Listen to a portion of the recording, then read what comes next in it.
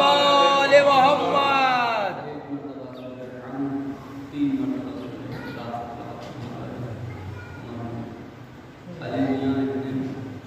چھوٹے نواب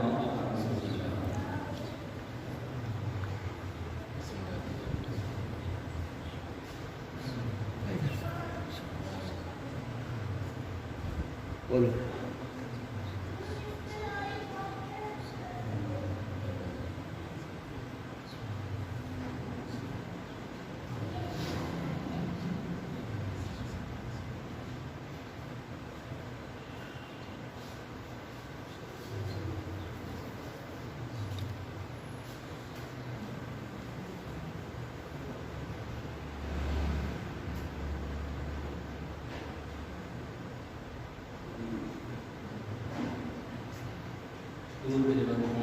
اللهم صل على محمد وآل محمد.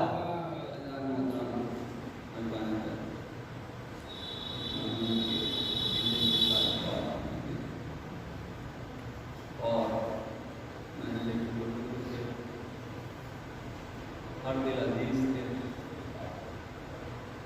جب خبر ملی بہت افسوس ہوا، اس لیے کہ زینت ہوتے ہیں بزرگ محلوں کی، پہچان ہوتے ہیں. جب بھی پہچانا ہوگا تو بزرگوں ہی سے پہچایا جاتا ہے کہ آپ فلاں جانتے ہیں، بس وہیں. تو بذاکر خود ہمیں اس بات کا بہت افسوس ہوتا ہے جب کسی میں کوئی بھی محلے سے کسی بزرگ کو پہچانا. اس لیے یہ زینت ہوتے ہیں، اور ان کے بعد جو تجربے ہوتے ہیں ان سے بچوں کو بہت فائدہ استفادہ ہوتا ہے، چونکہ ان کے سامنے وہ زندگی میں جو مرحلے گزر چکے ہوتے ہیں وہ اس سے آگاہ کرتے ہیں کہ دیکھو اس چیز سے بچ کر ہمارے سامنے ہو چکا ہے. اس لیے بہت افسوس کا مقام ہوتا ہے. نبی اس مسئلہ ایسے ہی نہیں فرمایا، اتنا بڑا مقام دیا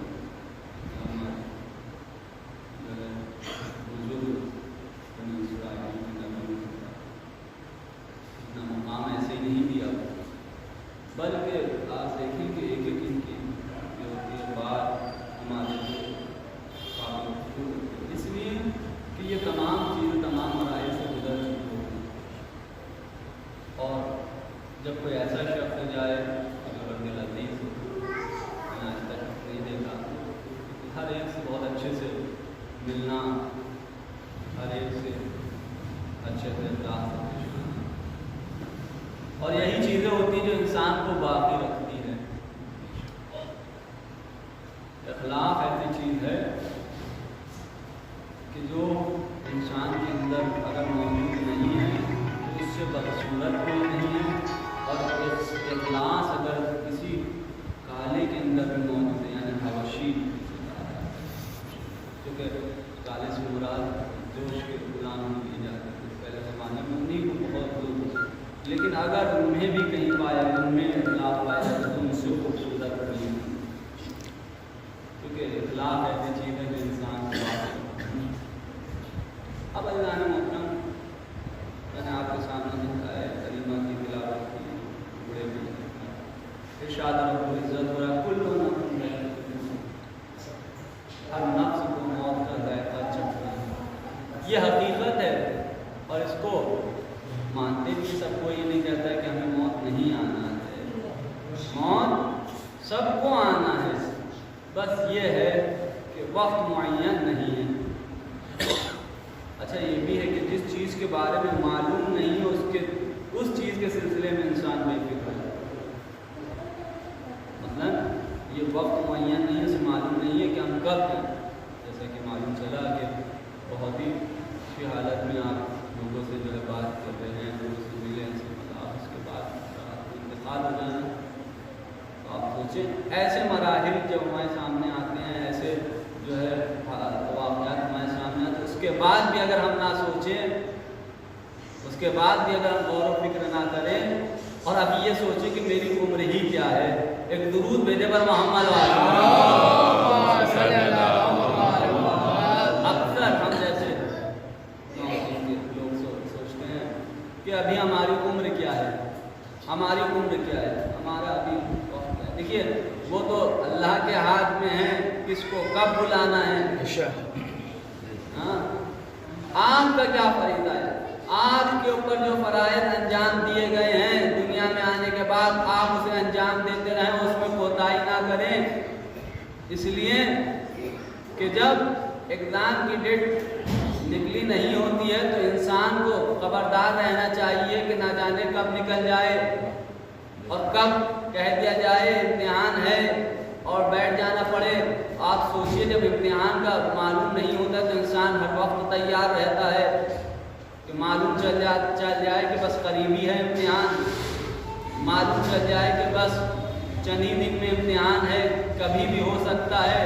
انسان دن اور رات لگا رہتا ہے کہ کہیں ایسا نہ ہو کہ اعلان ہو جائے پرسوں امتحان دینا ہے تو کیا بیٹھ کے لکھیں گے، کیا بیٹھ کے آنسر دیں گے، کیا بیٹھ کے جوابات دیں گے، اور پڑھتا رہتا ہے، نہ جانے کب ڈیٹ نکلا ہے۔ تو آپ سوچیں اس میں کہہ دیا گیا ہے کہ کلو نفس ذائقۃ الموت، ہر نفس کو موت کا ذائقہ چکھنا ہے۔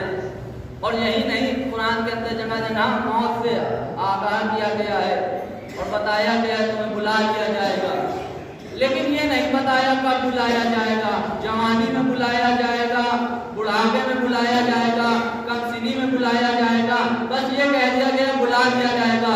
بس اسلام محترم جب جانا ہے تو اس بات کا خیال رکھیں کہ جو تیاری کہی ہے وہ ہونا درست ہے، اعمال کے ساتھ اور عقیدے کے ساتھ جائیں۔ ایک درود بھیجے محمد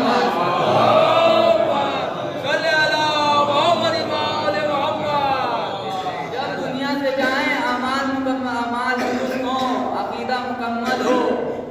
اس لیے قبر میں آنے والی منزل جو ہوتی ہے وہ بڑی سخت ہوتی ہے، اور اسی لیے آپ کے عقیدے کو بار بار دہرایا جاتا ہے کہ قبر کی آخری منزل میں جو اس سے قبل بھی ایسے نہیں ہے کہ ہماری کے تلقین تو جو ہے نہیں، تلقین کے لیے تو یہ بھی کہا گیا اس سے ہے کہ جب انسان نزا کا وقت یعنی وہ دنیا سے اس وقت اس کو تلقین دی جائے، اس وقت اس کو بتائی جائے کہ ہمارا اللہ، ہماری کتاب کیا ہے، ہمارا رسول کون ہے، ہمارے امام کون ہیں، قبلہ کیا، یہ اس وقت تلقین دینے کی یہ مستحب ہے۔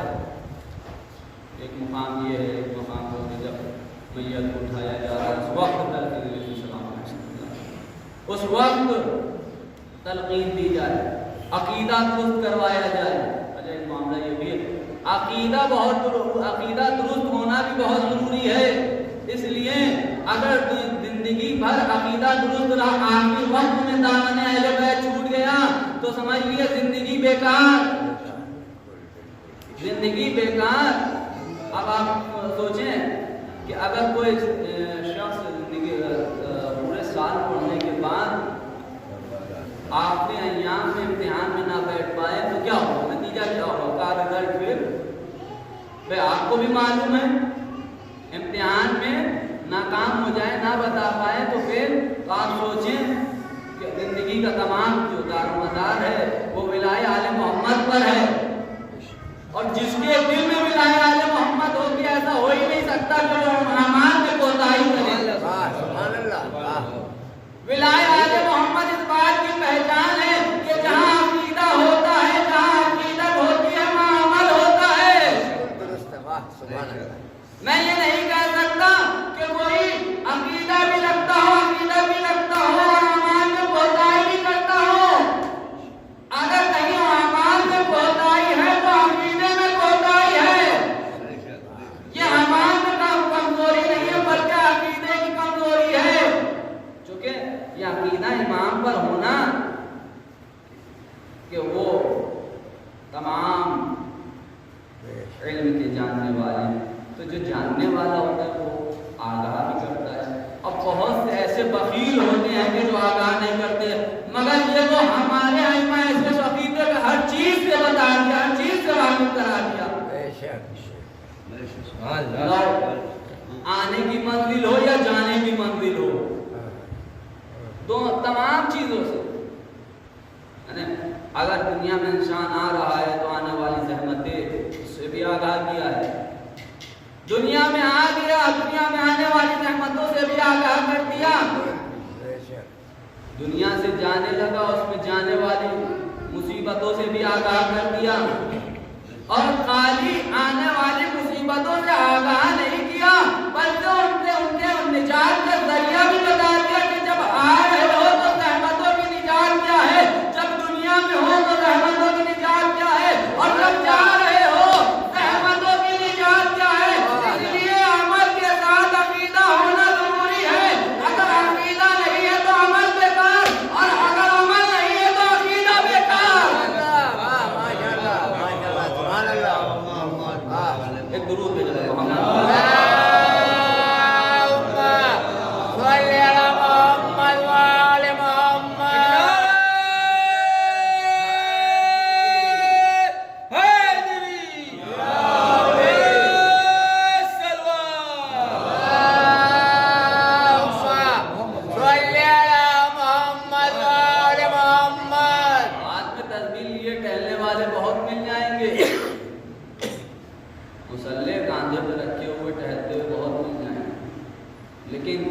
ایمان کی کمزوری اس قدر ہے کہ یہ کہتے نظر آئیں گے کہ ہمارے جیسے،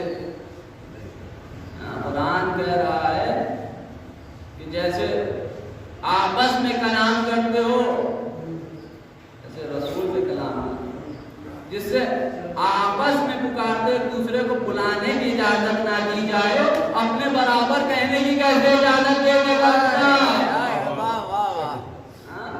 جب اللہ کہہ رہا ہے جیسے آپس میں ایک دوسرے سے کلام کرتے ہو تو تمہاری اوقات کہاں ہے تو رسول کو اپنے جیسا کہو۔ قرآن ہم پر یہ بھی باندھا جاتا ہے کہ صاحب علی کے فضائل پڑھا کرتے ہیں، علی کے فضائل پڑھا کرتے ہیں، رسول کا ذکر ہی نہیں کرتے ہیں، اور سب میں بڑا بہتان یہ ہے کہ رسول سے زیادہ علی کو بڑھاتے ہیں۔ میں نے کہا تم نے سمجھا ہی نہیں، ہم علی کو بیان اس لیے کرتے ہیں کہ رسول سمجھ میں آ جائے۔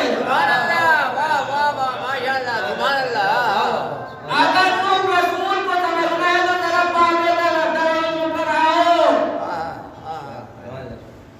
ہم نے کہا کہ علی افضل، نبی افضل ہے، لیکن نبی کے بعد تمام انبیاء میں علی افضل ہے، یہ ہم نہیں کہہ رہے ہیں، رسول کہہ رہے ہیں۔ اب جو رسول کو جھٹلائے والا مسلمان بھی ہو سکتا ہے، کیا مسلمان بھی ہو سکتا ہے؟ ہم تو یہی بیان کرتے ہیں۔ آئیے دیکھیں کہ فضائل علی نہیں پہ فضائل رسول نے بیان کیا۔ سنیے فضائل علی کی شجاعت تو بہت سنی ہوگی، آج رسول کی شجاعت بھی سنیے گا۔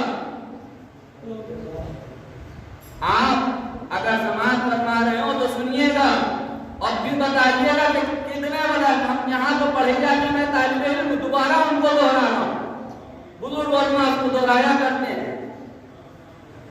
علی کے فضائل اس لیے بیان ہوتے ہیں کہ رسول کا بھی جیسے فضل ہے، فضیلت رسول نہیں بیان ہوتی۔ سنیے علی رسول کی فضیلت، رسول کے فضائل، سب میں بڑی فضیلت، سب میں بڑی شجاعت رسول کی یہ ہے کہ وہ علی جو درے خیبر 2 انگلیوں پہ اٹھا لے، وہ علی جو درے خیبر 2 انگلیوں پر اٹھا لے، مرحبا اندر کو بچا دے، جس جنگ میں جائے فاتح ہو جائے، اس علی کو اگر کوئی اپنے 2 ہاتھوں پر اٹھا لے اس ذات کو رسول کہتے ہیں۔ سبحان اللہ ماشاء اللہ۔ اس رسول کو اگر کوئی اپنے ہاتھوں پر اٹھا لے اسے رسول، اور اس علی کو اگر اپنے ہاتھ سے رسول، ہم سے زیادہ کیا رسول؟ ہم تو رسول ہی کے فضائل پڑھا کرتے ہیں، اور عجب یہ ہے کہ نہ جانے کہاں آپ کی سماعتیں ہوتی ہیں، ہم تو جو بھی بیان کرتے ہیں وہ رسول کے بیان کرتے ہیں۔ جتنی حدیثیں ہیں وہ سب رسول ہی سے تو بیان ہوتی ہیں، اب کیا فضائل پڑھے جائیں؟ تو الگ معاملہ ہے کہ جب بھی رسول نے آگے بڑھایا، پہلے بیت الحال میں کبھی امام حسن کو آگے بڑھایا، کبھی امام حسین کو آگے بڑھایا، کبھی سیدہ جناب فاطمہ زہرا سلام علیہ کو بڑھایا، کبھی خود آدھے علی مرتضیٰ علیہ السلام کو آگے بڑھایا اور پہچنوایا۔ اب جو رسول پہچنوا رہا ہے لوگ وہ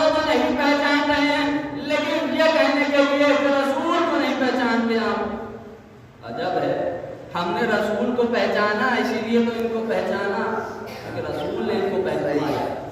درست. رسول نے آ کر کہا، میں رسول اپنی رسالت کا اعلان کیا، قرآن کے حوالے سے ہم نے جانا، اس نے اہل بیت علیہ السلام کی فضیلتیں بیان کی، ہم نے ان کو مانا.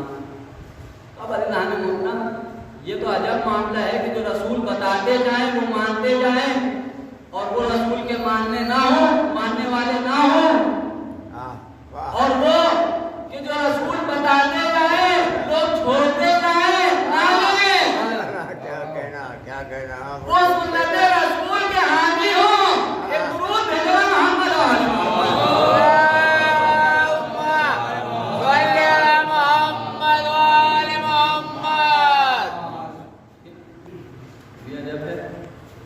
تمام وفات منا لی جائیں، تمام خوشیاں منا لی جائیں، لیکن جب رسول کی آج کی خوشی کا معاملہ ہے تو کوئی نہ آگے آئے. ہاں آپ یہ بتائیے کہ وہ الگ بات ہے کہ آپ کو تاریخیں معلوم نہیں ہے، سب ایک ساتھ منا لیتے ہیں. جن کی تاریخیں ہم نے بتا دی ہیں اہل بیت اطہار علیہ السلام کی، ہمارے علماء نے آپ کے سامنے تاریخوں میں بتا دیا ہے، ان کی تاریخ ولادت کیوں نہیں مناتے ہیں؟ ہم ہی کیوں مناتے ہیں؟ ان کی وفات کی تاریخ پر ہم ہی کیوں غمگین ہوتے ہیں؟ آپ کہاں ہوتے ہیں؟ کیوں؟ اس لیے کہ خالی لا الہ الا اللہ کہہ دینا کافی نہیں ہے، اس کے ساتھ اس پر ایمان ہونا بھی ضروری ہے. زبان سے کوئی لا الہ الا اللہ کہہ دے تو اس کے لیے قرآن نے کہا ہے کہ منافق ہے.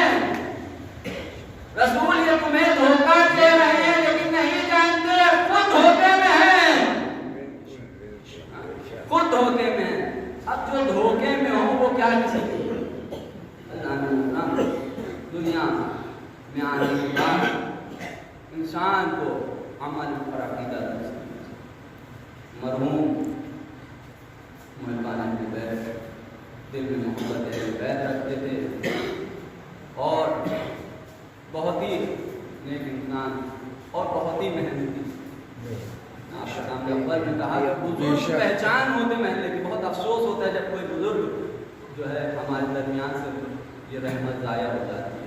اس لیے کہ جب بھی تعارف کراتے ہیں اپنا تو اس طرح سے کہتے ہیں آپ فلاں صاحب کو جانتے ہیں، بس میں وہیں پہ رہتا ہوں.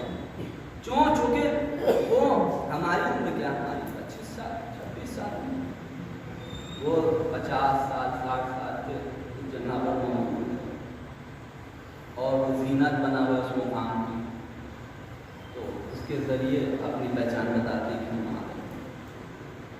اس سے دنیا میں آنے والے مراحل جو ہمارے سامنے آنے کو اس سے آگاہ کر دیتا ہے کہ اور پھر ایسے انسان تھے. دیکھیے بزرگ تو بہت ہوتے ہیں لیکن احترام کرنے والے بہت کم ہوتے ہیں.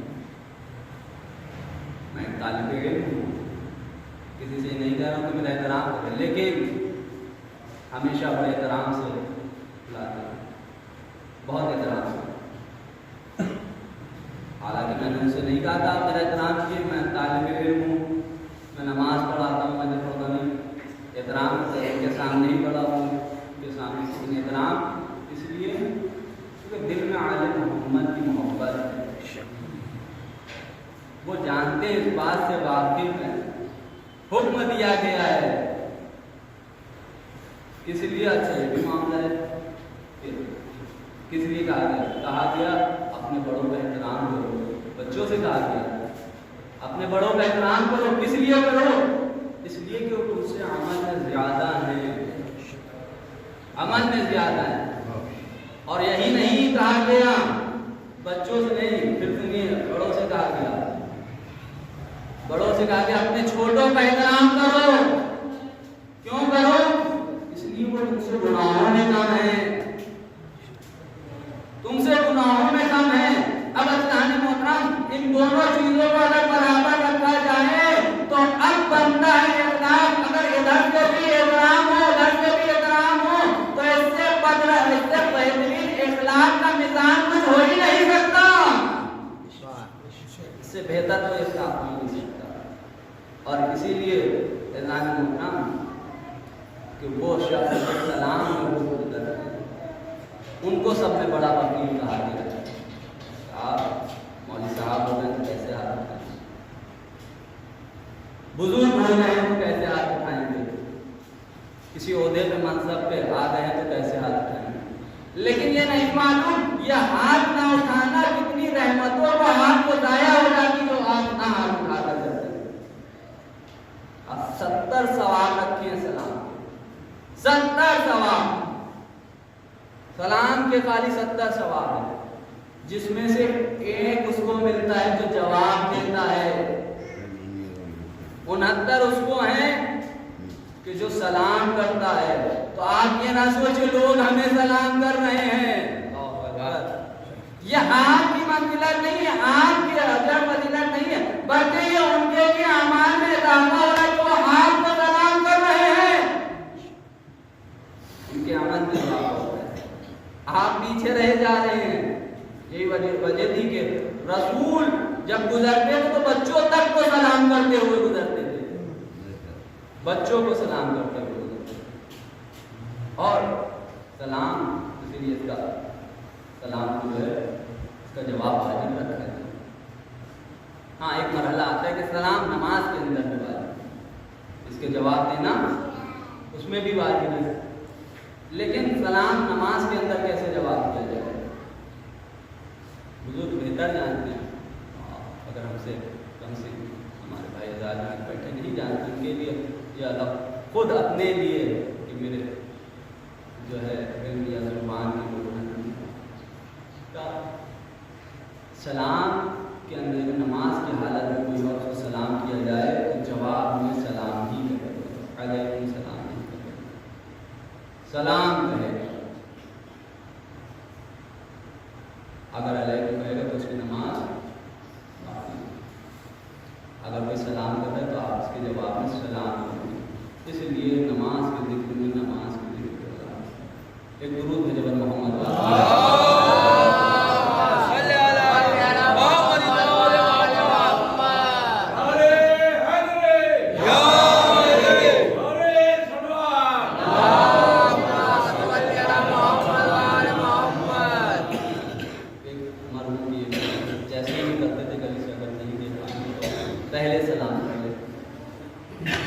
پہلے سلام کر لیتے تھے. ایک صفت تھی کہ احترام کرتے تھے, دوسری یہ کہ پہلے سلام کر لیا کرتے تھے. اب اگر محترم آپ دیکھیں یہ بھی مرحوم کی صفت تھی کہ محنتی تھے, کوئی بھی نہیں کہہ سکتا ہے بہت ہی. ہم نے خود اپنے بچپن میں دیکھا اگر ایک کام نہیں ہو رہا ہے تو دوسرے کام میں مصروف ہو گئے. یہ بھی تھا کہ مذاق میں لوگ کہتے تھے کہ ہمیں کوئی کام کرنے بھی, کوئی کام ایسا نہیں تھا کہ جو انہیں نے نہ کیا ہو. اور اسی کو علی کا چاہنے والا کہتے ہیں کہ حلال رزق کی تلاش میں ہر وقت لگا ہے. ایک درود ہے جب محمد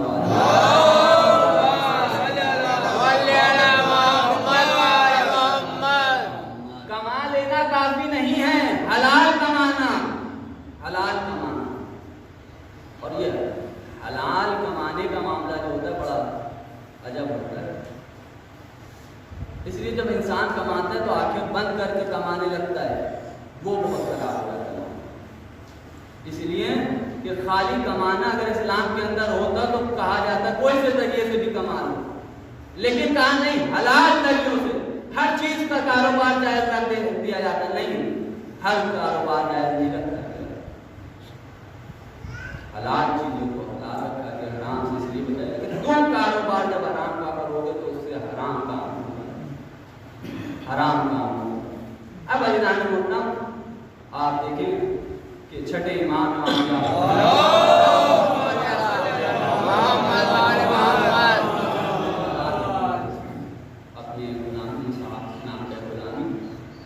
سے کہا میں صرف تجارت کے غرض سے جانا ہے, ایک گناہ تو 1000 بھیج دیا. اس سے کہا اپنے ذات اپنے سامان سے پڑتا ہے راستہ کر اور چلا گیا. جب مصر گیا اور راستے میں قافلہ ملا اسے تو اس سے ملاقات میں اس نے یہ اشیاء مصر میں نہیں، مصر میں یہ اشیاء نہیں جو ان افراد کے لیے جو منافع خوری کرتے ہیں. کہاں قافلے میں آپس میں اس بات پر جو ہے ایک جھوٹ ہو کر بات کی کہ اس کو 2 گنا جو ہے دام لگا.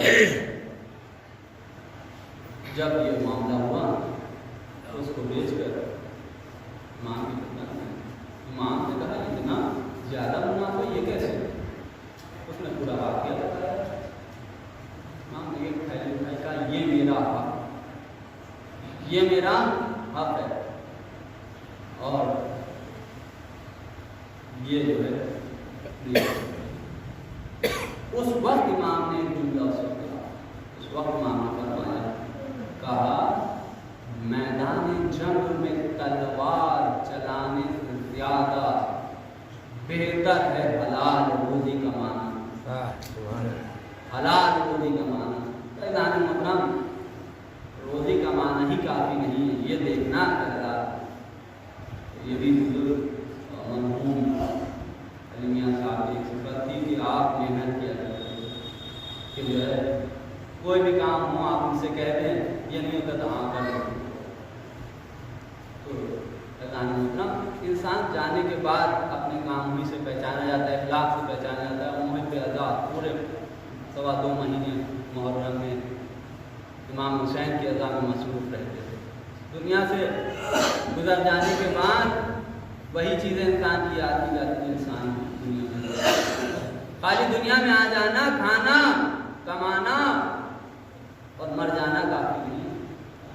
دنیا میں آنے کے بعد جس لیے تمہیں بھیجا گیا تھا دنیا میں، یعنی آخرت کا سفر، اس کو جو ہے اس کے لیے سامان مہیا کرنا، اس کو اس کا اہتمام کرنا.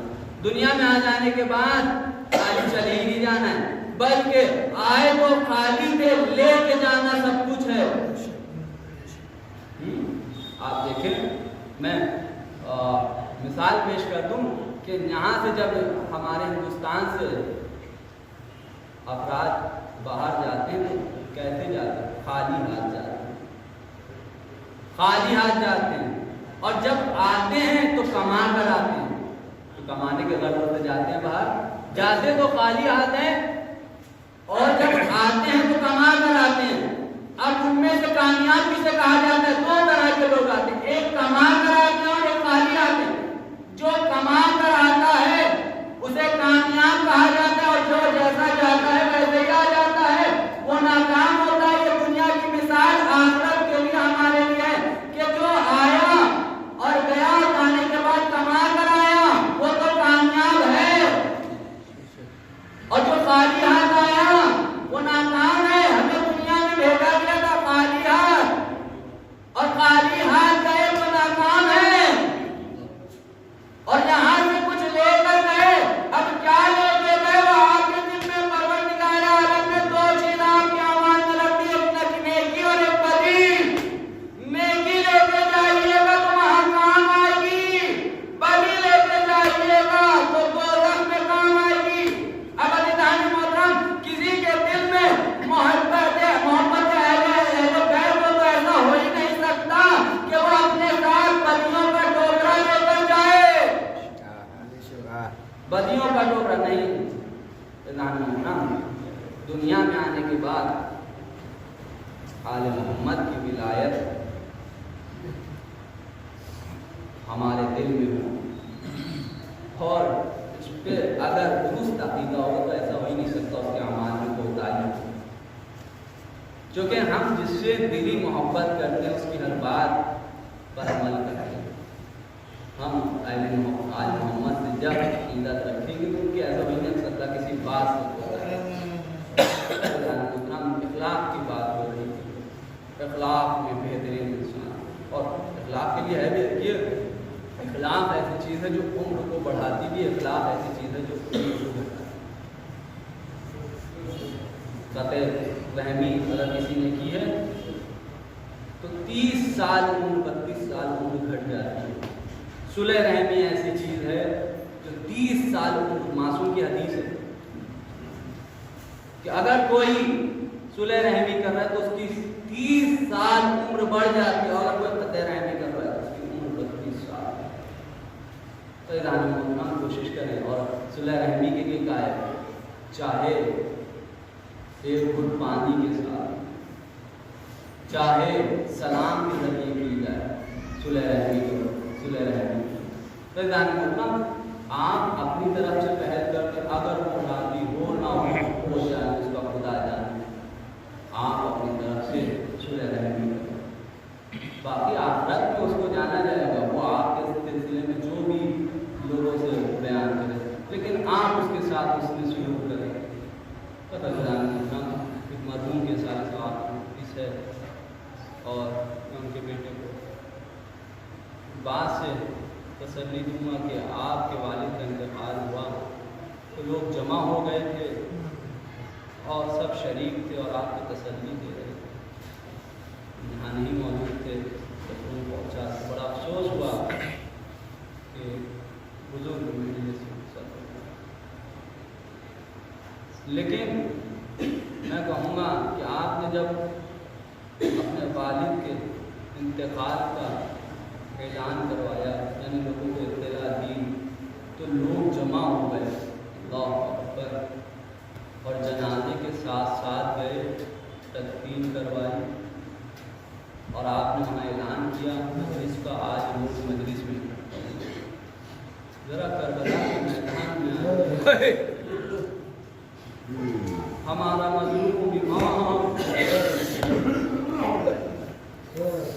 ہاتھوں میں ہتھکڑیاں ہیں، پیروں میں بیڑیاں ہیں، مصیبت تو یہ ہے کہ باپ کے جنازے کے سامنے سے لے جایا جا رہا ہے۔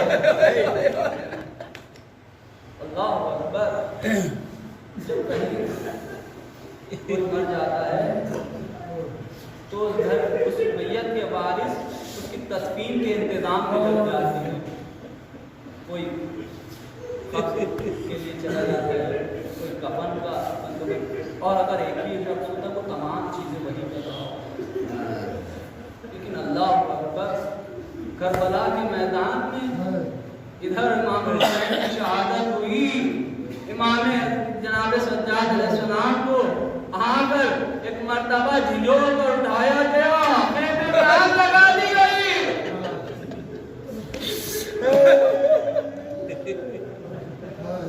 اللہ اکبر۔ بڑا خیانت کا مقام تھا کہ یہ سختیاں جھیلتے ہوئے جب باپ کے جنازے سے، یہی وجہ کہ جب ایک مرتبہ یہ منظر جناب جناب سید سجاد کے چہرے کا رنگ متغیر ہو گیا ہے۔ ذرا تصور کریں کہ جب باپ کا جنازہ سامنے ہوتا ہے تو بیٹے کا کیا عالم ہوتا ہے۔ اللہ اکبر۔ غم سے کلیجہ پھٹا جاتا ہے، لیکن اس بات کا تو صبر ہوتا ہے، اے بابا آپ چلے گئے ہیں، میں آپ کی تدفین کروں گا، آپ کے ان کا کفن کا اہتمام کروں گا۔ اللہ اکبر۔ جب سید سجاد کا قافلہ لاشوں کے درمیان سے گیا ہے، جناب سید سجاد باپ کے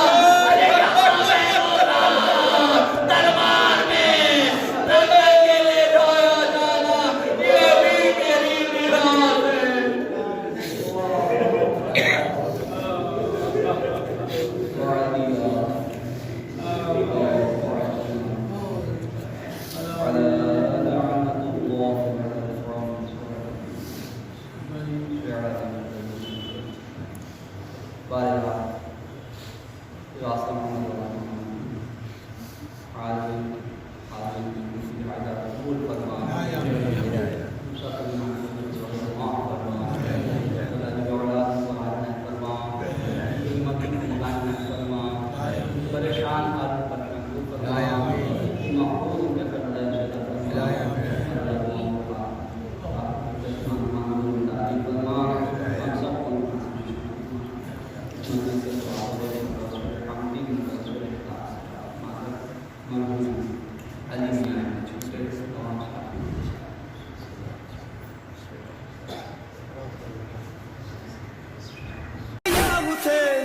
فدا کا فدا سے کفن باندھ کے